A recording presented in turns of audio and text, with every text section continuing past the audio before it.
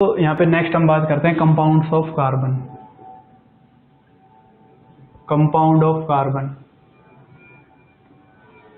मैं पहले कह रहा था, मतलब एक तरीके का इसमें पैटर्न है यहाँ पे। अब जैसे कंपाउंड्स की बात कर रहे हैं, उसके बाद ये कार्बन का हो गया, फिर उसके बाद सिलिकॉन्स के आएंगे, बस यही है। तो हम ये भी अब सबसे पहले इसमें देते हैं अपन carbon monoxide, CO, carbon monoxide. तो कार्बन मोनोऑक्साइड सबसे पहले, कार्बन मोनोऑक्साइड का स्ट्रक्चर ये होता है,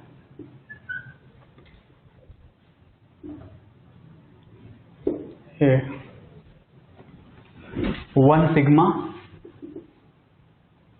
2 pi bond. Carbon monoxide, carbon monoxide बहुत ही पॉइजनस है कार्बन मोनोऑक्साइड। अब सबसे पहले इसकी प्रिपरेशन मेथड देख लेते हैं। प्रिपरेशन मेथड ये भी याद करने का, ये प्रिपरेशन मेथड मैं लिख देता हूँ वैसे यहाँ पे 2CS है, ये O2 है। कार्बन मोनोऑक्साइड एक चीज ध्यान रखो, कार्बन मोनोऑक्साइड कब बनती है? जब ऑक्सीजन की कमी हो। ये रिएक्शन यहाँ पे है, मतलब ऑक्सीजन की कमी में अगर अपन कार्बन को बर्न करेंगे तो कार्बन मोनोऑक्साइड बनेगी। तो ये 2CO है। इसी टाइप की बर्निंग होती है जब ये व्हीकल्स होते हैं, इनमें कार्बन की, अब ऑक्सीजन की कमी होती है, इसलिए कार्बन मोनोऑक्साइड भी बनती है। कार्बन डाइऑक्साइड तो बनती है, कार्बन मोनोऑक्साइड भी बनती है यहाँ पे। एक तो ये मेथड है। एक मेथड है कमर्शियल। कमर्शियल मेथड क्या है? कमर्शियल मेथड जो मतलब इंडस्ट्री में बनाते हैं, मतलब ठीक है, CS plus H2 CO plus H2, ये भी गैस, ये गैस। ये याद करने का है, ये कमर्शियल मेथड 1273 केल्विन, ये याद रखने का है। कमर्शियल मेथड है यहाँ पे। N2 के साथ रिएक्शन करने पे भी बना सकते हैं इसको, जैसे ये भी मैं लिख देता हूँ। ये भी सारी याद रखने की चीजें हैं।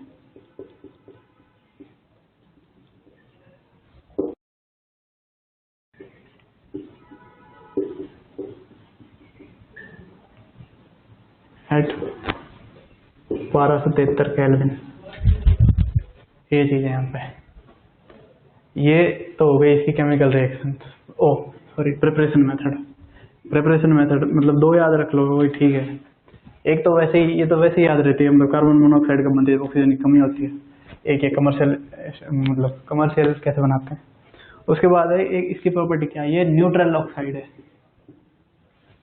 न्यूट्रल ऑक्साइड है। एक तो कलरलेस है, colourless and slightly soluble, soluble in water.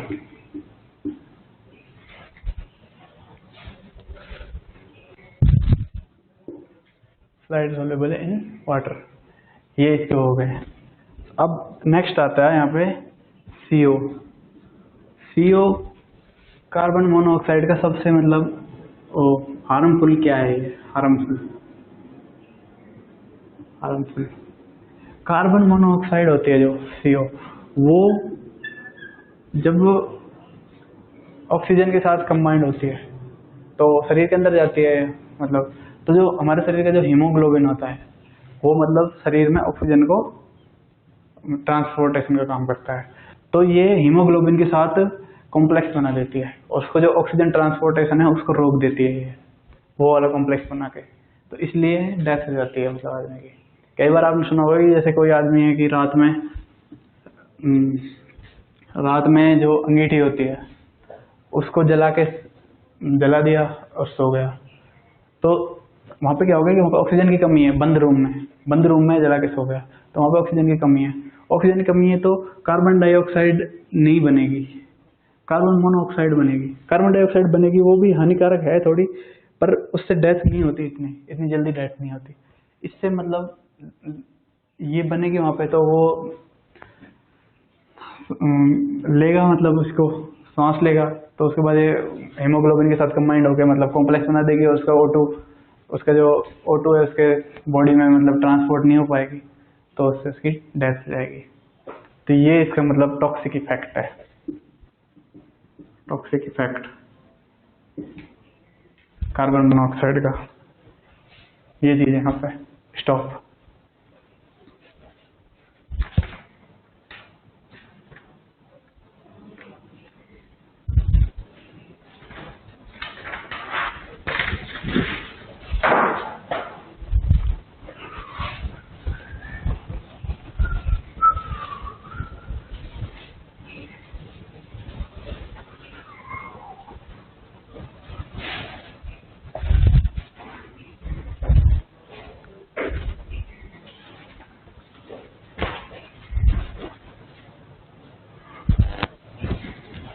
Start. उसके बाद हम बात करते हैं CO2 की। CO2 सबको पता है, तो कार्बन डाइऑक्साइड CO2, इसका स्ट्रक्चर ये होता है,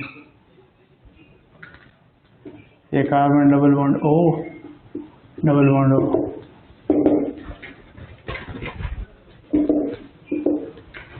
इसमें क्या होता है कि ये इसका होता है sp होता है, ये तो क्लियर दिख रहा है हम, इसमें 2 p पाई बॉन्ड होते हैं,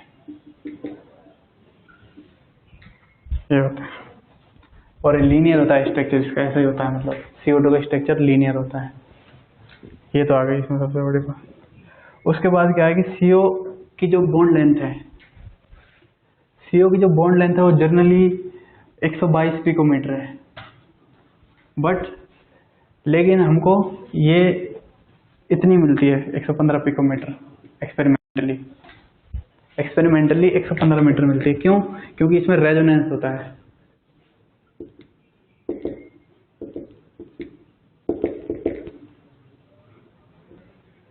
ये इधर गया,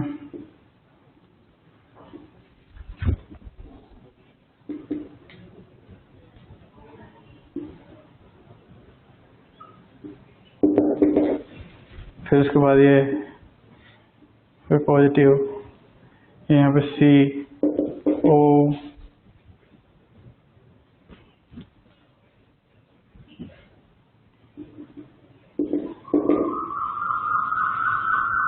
यहाँ पे पॉजिटिव आ जाएगा, यहाँ पे नेगेटिव आ जाएगा। तो ये रेजोनेंस होता है, इस वजह से मतलब यहाँ पे रेजोनेंस हाइब्रिड मिलता है, रेजोनेंस हाइब्रिड। तो रेजोनेंस हाइब्रिड की वजह से इसकी इतनी मिलती है हमको 115 पिकोमीटर, जो कम होती है ये इसमें। उसके बाद इसका आता है मेथड ऑफ प्रिपरेशन, CO के मेथड ऑफ प्रिपरेशन कैसे करते हैं। CO वापस वही, वहाँ पे अपन कार्बन ऑक्सीजन की जब कमी थी तब उसको बर्न कर रहे थे, अब यहाँ पे ऑक्सीजन फुल दे रहे हैं उसको, ऑक्सीजन की कोई कमी नहीं है, तो कार्बन ऑक्सीजन के साथ कंबाइन हो गए CO2 बनेगी। ये एक और है कि CH4 मैथेन की O2 के साथ रिएक्शन करवाएंगे तो CO2 प्लस H2O बनेगा।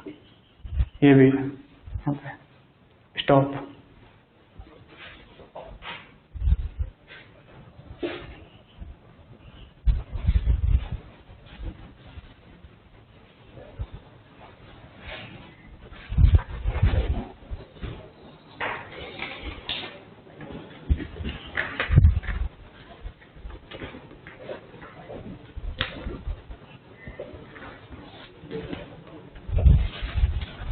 स्टार्ट।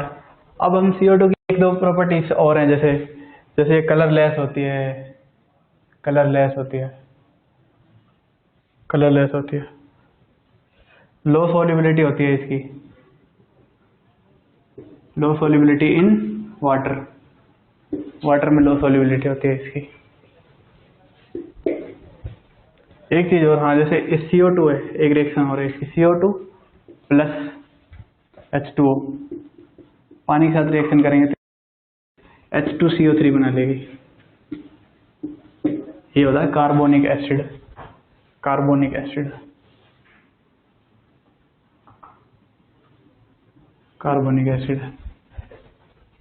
एसिड क्या करता है कि ये वीक डायबेसिक एसिड है, वीक डायबेसिक एसिड है, क्योंकि ये इस तरीके से टूटता है, H2CO3 HCO3 minus plus H plus और HCO3 minus CO3 minus plus H plus. और ये जो इसकी बफर होती है ये pH मेंटेन करती है 7.62 7.262 7.42 ब्लड की pH मेंटेन करती है ये इससे ब्लड की pH में।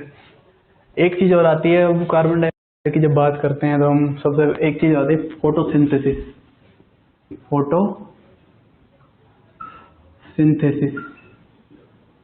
फोटोसिंथेसिस ये अच्छा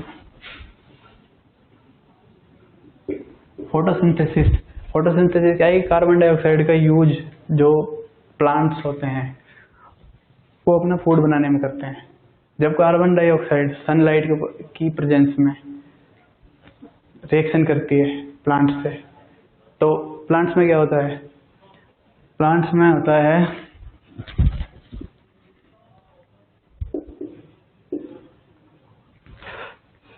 क्लोरोफिल के प्लांट्स के क्लोरोफिल से रिएक्शन करती है सनलाइट की प्रेजेंस में, तो ये स्टार्च और ग्लूकोज बनाती है जो कि पेड़ प्लांट्स के लिए फूड होता है। तो यहाँ पे CO2 का ये यूज है, CO2 का। तो उसकी रिएक्शन में लिख देता हूँ यहाँ पे, जैसे कार्बन प्लस वाटर कार्बोहाइड्रेट्स बनते हैं प्लस ऑक्सीजन, और COH2 के साथ रिएक्शन करेगी तो ग्लूकोज प्लस O2 और 6CO2 प्लस 6H2O, फिर भी glucose plus 6O2, glucose C6H12O6। ये जो प्रोसेस होता है ये पेड़ पौधों में फूड कैसे बनता है वो वाली रिएक्शन दिखाती है। मतलब CO2 इसलिए तो लोग कहते हैं कि पेड़ ज़्यादा लगाने चाहिए, क्योंकि मतलब जितने ज़्यादा पेड़ होंगे वो CO2 को उतना ज़्यादा यूज करेंगे फूड बनाने में। ये स्टॉप।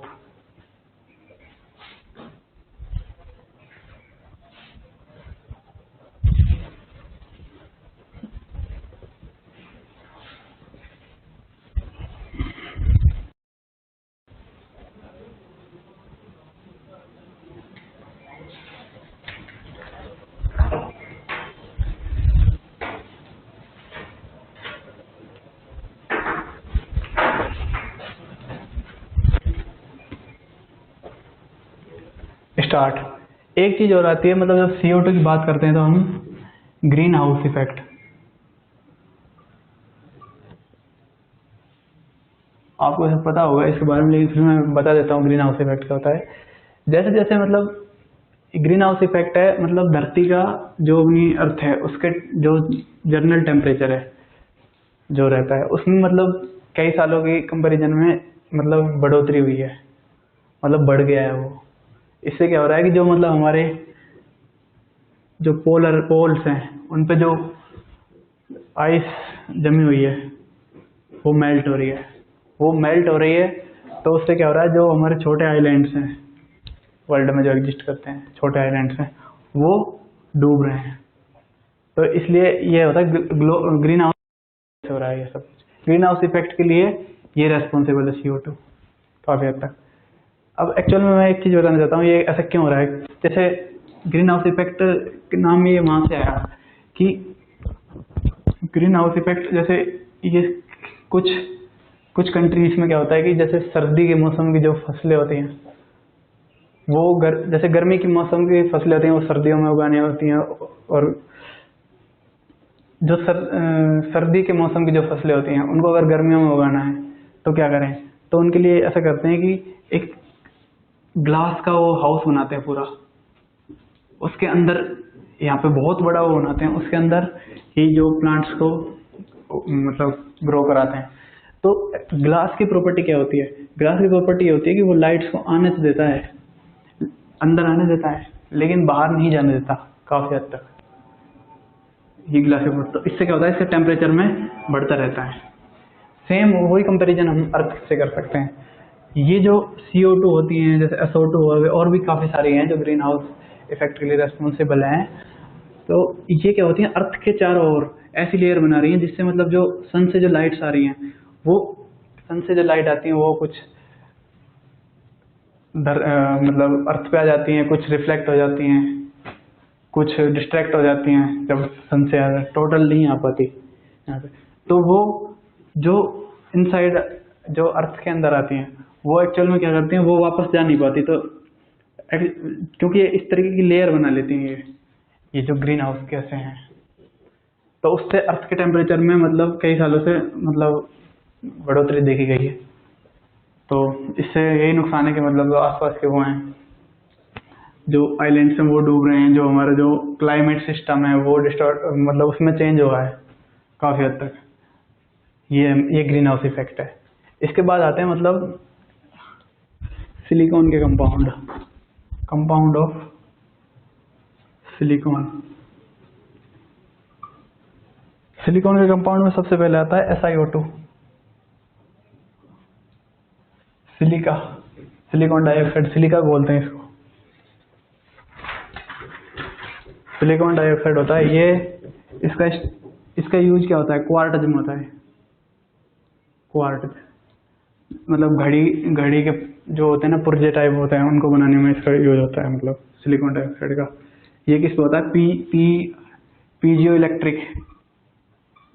इलेक्ट्रिक इफेक्ट पर वर्क करता है, ऐसा कॉन्सेप्ट होता है। ये वैसे दे नहीं रहा लेकिन मैं बता रहा हूँ। पीजियो इलेक्ट्रिक इफेक्ट क्या होता है कि जब किसी मटेरियल पर प्रेशर की वेरिएशन की वजह से मतलब उसमें इलेक्ट्रिक कंडक्टिविटी आ जाए, तो ऐसे वो होते हैं पीजियो इलेक्ट्रिक। प्रेशर वेरिएशन अगर लाएं तो उसकी वजह से पीजियो इलेक्ट्रिक आता है। अब इसके स्ट्रक्चर की बात करते हैं तो ये ऐसा स्ट्रक्चर होता है इसका, 3D स्ट्रक्चर में। ऐसे सिलिकॉन है वो 4 ऑक्सीजन से टेट्राहेड्रली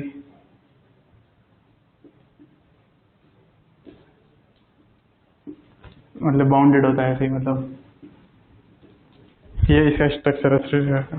और SiO2 होता है वो कोवलेंट होता है। 3 डायमेंशन नेटवर्क ये होता है इसमें। ये टेट्राहाइड्रॉन की शेप में मतलब एग्जिस्ट करता है, और ईच कॉर्नर होता है वो दूसरे टेट्राहाइड्रॉन के साथ शेयर होता है। मतलब SiO2 का स्ट्रक्चर थोड़ा सा ध्यान रखने ये इसकी प्रॉपर्टीज ऑफ इसकी सिलिका SiO2 की यहाँ पे प्रॉपर्टीज ये है कि मतलब ये नॉन रिएक्टिव होता है ज़्यादातर, क्योंकि इसमें मतलब सिलिकॉन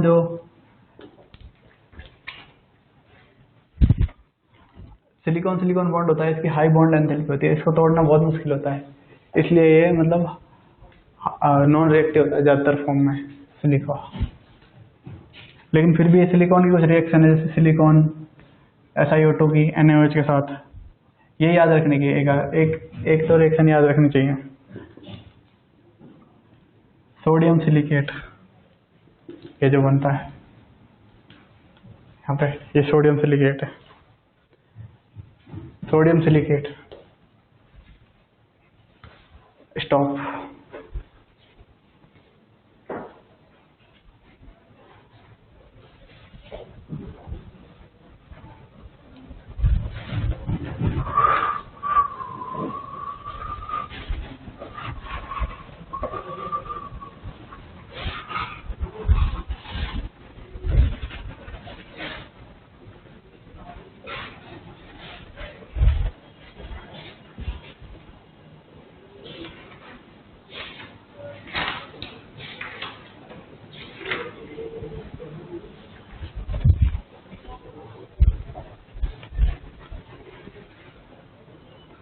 स्टार्ट। अब सिलिकॉन्स होते क्या हैं? सिलिकॉन्स वो होते हैं जिनमें मतलब ये वाली लिंक पाई जाती है, वो सिलिकॉन्स होते हैं, मतलब जो ये वाली लिंक रखते हैं वो सिलिकॉन कंपाउंड होते हैं।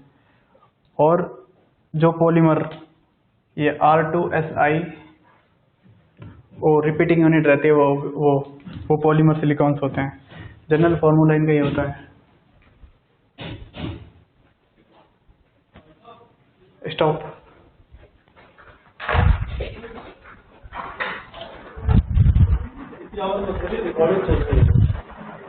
सर अभी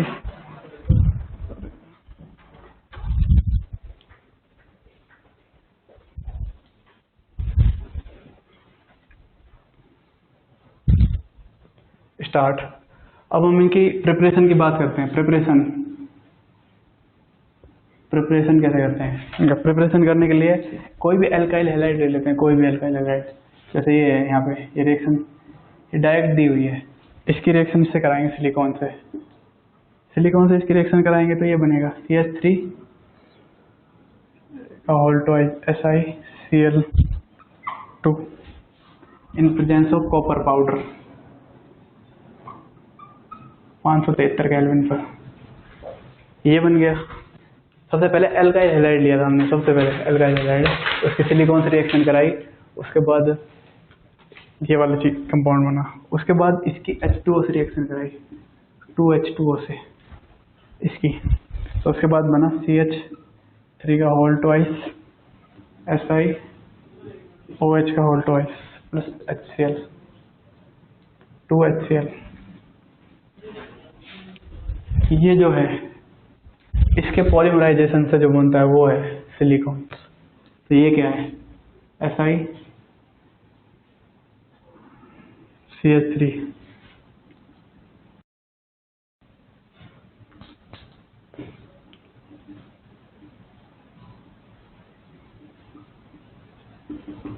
ऐसा ही दूसरा है यहाँ पे भी, same to same.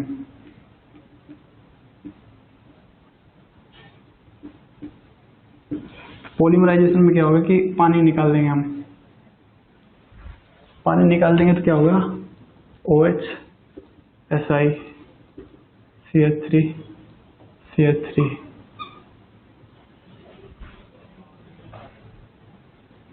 O SiCH3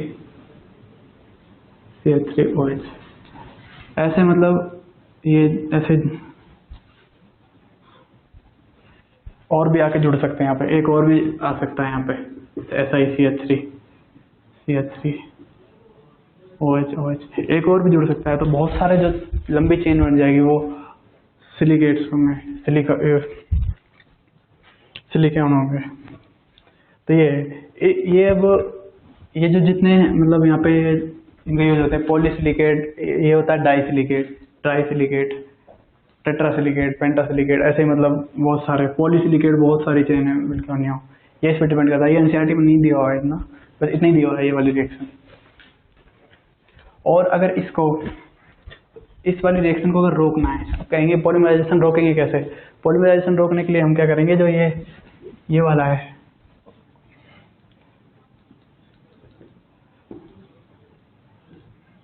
इसकी रिएक्शन हम CH3 इससे करा देंगे तो इधर हो नहीं पाएगा। तो ये यहाँ तक ये तो निकल जाएगा पानी, लेकिन उसके बाद जो ये कंपाउंड बनेगा वो आगे जो इधर ये इसको रिएक्शन को रोक देगा। यहाँ से पानी कैसे निकाले हम? यहाँ मतलब एल्काइल ग्रुप आ गया, तो इसलिए रिएक्शन यहाँ पे रुक जाएगी। तो यहाँ पे पॉलीमराइजेशन को मतलब रोकने के लिए ये यहाँ पे है, ये वाली रिएक्शन है। और इसमें वाटर रिपेलिंग प्रॉपर्टी होती है सिलिकॉन की, मतलब ये तो कोई याद करने की जरूरत नहीं है। बस ये रिएक्शन ये मतलब एनसीईआरटी के पॉइंट ऑफ व्यू से इम्पोर्टेंट है ये। स्टॉप।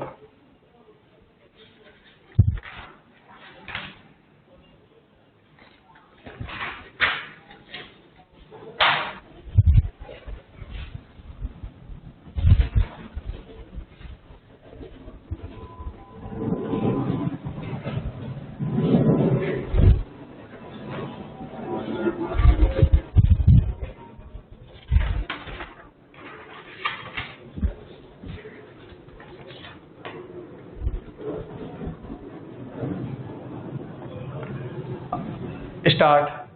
अब आता है सिलिकेट्स। सिलिकेट का मतलब स्ट्रक्चर वही है, मतलब SiO2 जो मैंने पहले बताया था वो टेट्राहाइड्रोन वाला। तो इसमें क्या है कि जैसे ऐसा ही है, एक्चुअल में ऐसे जुड़ा होता है, मतलब ये ऑक्सीजन इधर है, ये ऑक्सीजन इधर है, ये ऑक्सीजन इधर है, ये ऑक्सीजन इधर है। अब ये एक्चुअल में टेट्राहाइड्रोन बन रहा है, कुल मिला के बात ये है, मतलब नहीं बना ठीक से, ये टेट्राहाइड्रोन बन रहा है यहाँ पे, टेट्राहाइड्रोन बन रहा है। इसकी जो यूनिट होती है मतलब SiO2 की,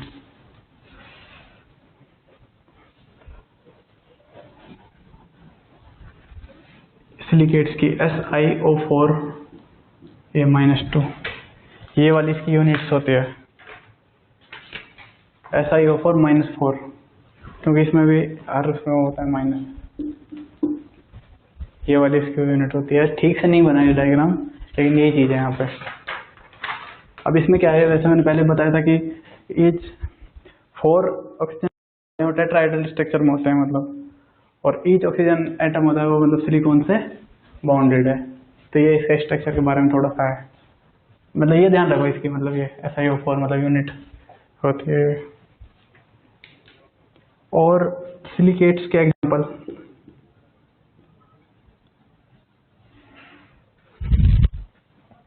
ग्लास है, सीमेंट है, ये सिलिकेट्स के एग्जांपल हैं। ये दो याद रखने चाहिए, सिलिकेट्स के दो एग्जांपल हैं ये। स्टॉप।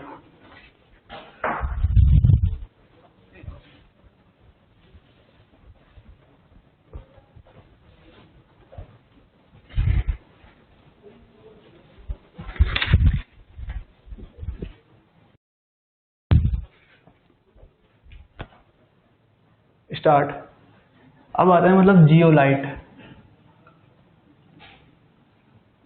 जियोलाइट्स क्या हैं? जियोलाइट एक तरीके के सिलिकेट्स ही हैं, जियोलाइट्स। अब ये छोटा सा टॉपिक है मतलब एनसीईआरटी में। जियोलाइट्स कब बनते हैं अब याद करने के, जब मोल्टन होता है, मोल्टन लावा होता है, वो ओशियन से मतलब कम है, ओशियन में आके आता है, तब जाके ये जियोलाइट्स बनते हैं। ये जियोलाइट्स होते हैं वो नेगेटिव चार्ज होते हैं, नेगेटिव चार्ज होते हैं जियोलाइट्स, नेगेटिव चार्ज होते हैं। एक और मतलब जियोलाइट्स बनाने के लिए जो सिलिकॉन वाला वो था ना, सिलिकॉन SiO2 में ये बड़ा सा बड़ा ट्रायल है, उसमें अगर ये एल्युमिनियम रिप्लेस हो जाए तो भी ये सिलिकेट्स जियोलाइट्स बन सकते हैं यहाँ पे। जैसे एल्युमिनियम से रिप्लेस हो जाए तो sodium. Stop. Yes sir, 5 minute और।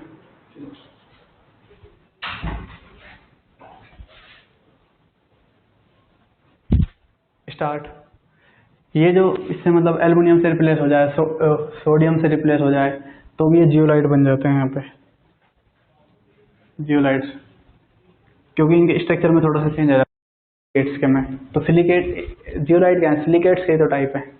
तो चीज़ है एक जो मेन चीज़ है यहाँ पे जो याद है, ये एग्जाम में आने लायक क्वेश्चन है, मतलब जो एक एग्जाम्पल क्या है, जैसे ZSM5 है, ZSM5 एक जियोलाइट है जो मतलब पेट्रोलियम इंडस्ट्री में यूज होता है,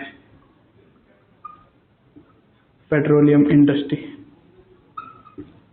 पेट्रोलियम इंडस्ट्री। पेट्रोलियम इंडस्ट्री में क्या करता है, ये एल्कोहल होता है, एल्कोहल को डायरेक्ट गैसोलीन में कन्वर्ट कर देता है ZSM5। ये याद रखना, ये मैं कह रहा हूँ ये याद रखना, ये मतलब ये क्वेश्चन आ सकता है। ZSM5 मतलब एक जियोलाइट का एग्जाम्पल है, और ये पेट्रोलियम इंडस्ट्री में एल्कोहल को गैसोलीन में कन्वर्ट करने के काम आता है। और यहाँ पे लास्ट एक और प्रॉपर्टी है जो जियोलाइट की है। ये जो जियोलाइट्स होते हैं वो एक और यूज है कि मतलब सॉफ्टनिंग ऑफ वाटर। जो हार्ड वाटर होता है उसको उससे ट्रीट करा देते हैं, तो उस वाटर को सॉफ्टनिंग करने की प्रॉपर्टी रखते हैं जियोलाइट्स के बारे में। स्टॉप।